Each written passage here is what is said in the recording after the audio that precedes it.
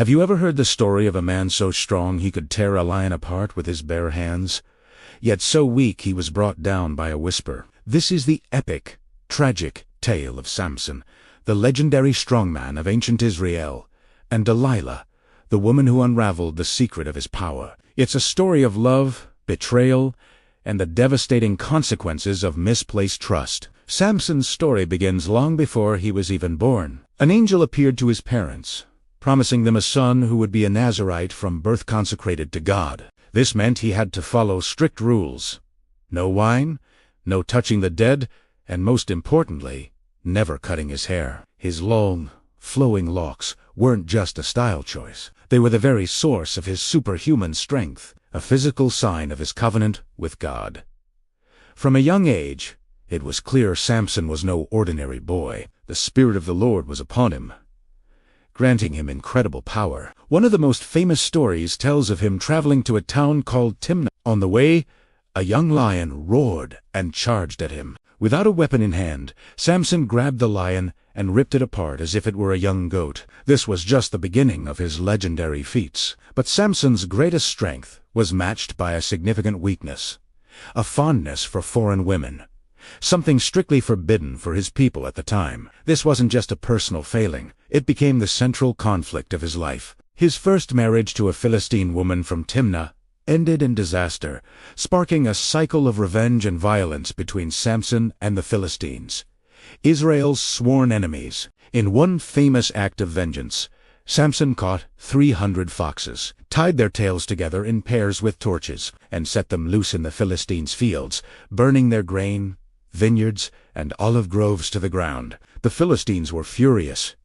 They demanded the Israelites hand Samson over. 3,000 of his own people came to him, pleading for him to surrender to avoid a full-scale war. Samson agreed, but only if they promised not to harm him themselves. They bound him with 2 new ropes and brought him to the Philistines. As his enemies shouted in triumph, the Spirit of the Lord came over him again. The ropes on his arms snapped like burnt threads. He spotted the fresh jawbone of a donkey, picked it up, and in a furious display of power, struck down 1,000 Philistine soldiers. This single act cemented his reputation as an unstoppable force, a hero to the Israelites and a terror to their foes. For 20 years, Samson judged Israel, a one-man army keeping the Philistines at bay. His strength seemed limitless. He once tore the gates of the Philistine city of Gaza right off their hinges, posts and all, and carried them to the top of a hill.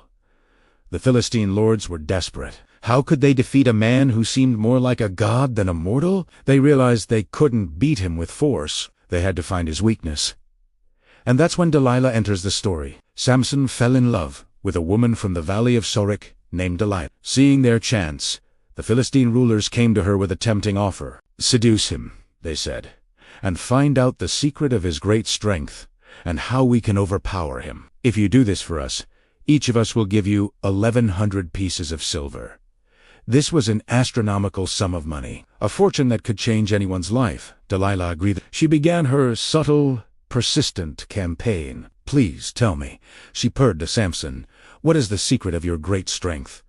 How can you be tied up and subdued?" Samson, perhaps playing a game, perhaps already under her spell, decided to mislead her. "If they tie me with 7 fresh bowstrings that have not been dried," he told her, "I'll become as weak as any other man." So Delilah got the bowstrings. While Samson slept, she had Philistine soldiers hide in the room. Then she cried out, "Samson, the Philistines are upon you." He woke up and snapped the bowstrings as easily as a string snaps when it touches fire. The secret of his strength remained hidden. Delilah was not deterred. She played the part of the wounded lover. "You have made a fool of me. You lied to me," she pouted. "Now tell me, how can you be tied up?" Samson gave her another false answer. "If they tie me securely with new ropes that have never been used, I will become weak."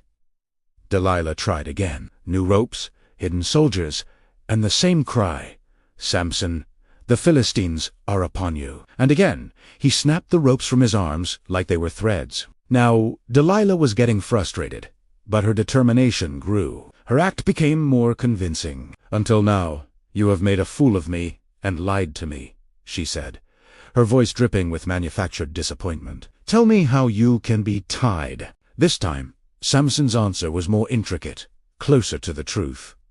"If you weave the 7 braids of my hair into the fabric on the loom and tighten it with the pin, I'll become as weak as any other man." While he slept, Delilah did exactly that, weaving his sacred hair into her loom. Once again, she shouted the alarm. Samson woke up and simply pulled his hair free, taking the loom and the pin with him. He was still untouchable, but Delilah's final assault was not one of ropes or looms. It was emotional. Day after day, she nagged him, pressed him, and questioned his love for her. "How can you say, 'I love you,' when you won't confide in me?" she would cry. "This is the 3rd time you have made a fool of me, and have even told me the secret of your great strength." Her words were like a constant, dripping water torture. The Bible says she pressed him daily with her words and urged him, so that his soul was vexed to death. The strongest man on earth was being worn down, not by an army, but by the relentless emotional pressure of the woman he loved. Finally, broken and exhausted, Samson gave in. He told her everything. He revealed the Nazirite vow, his lifelong consecration to God.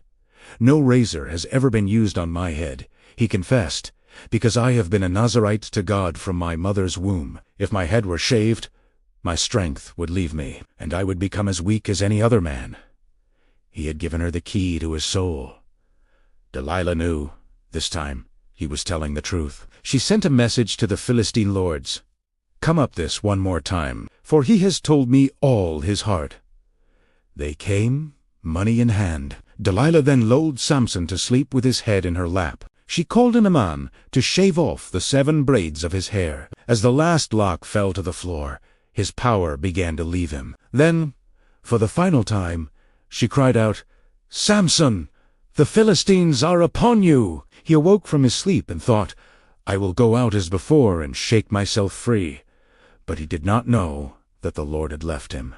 His strength was gone. The Philistines seized him, gouged out his eyes, and led him in chains down to Gaza, the very city whose gates he had once torn away. There, the mighty Samson, now blind and powerless, was forced to grind grain in a prison, a subject of public mockery. But the story doesn't end there. As Samson toiled in darkness, a small, unnoticed detail gave a hint of what was to come. His hair began to grow back. The Philistine rulers held a great festival to celebrate their victory, offering a sacrifice to their god Dagon.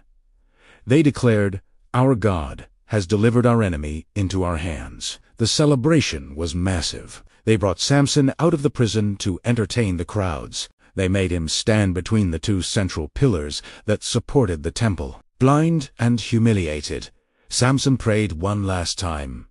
"Sovereign Lord," he pleaded, "remember me. Please, God, strengthen me just one more time, and let me with one blow get revenge on the Philistines for my 2 eyes."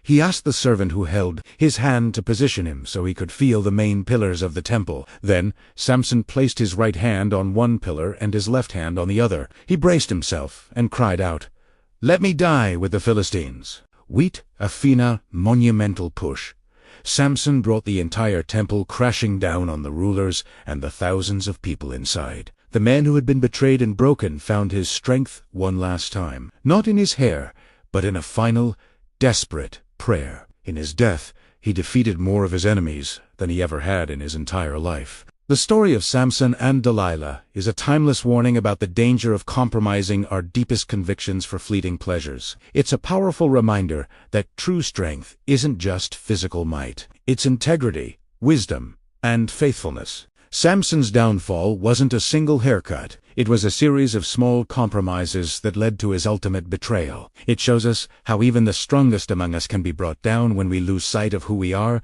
and the source of our true power. Thank you for joining us on this journey into one of history's most epic tales. If you found this story as fascinating as we do, please hit that like button, subscribe for more stories from the past, and share your thoughts in the comments below. We'll see you next time.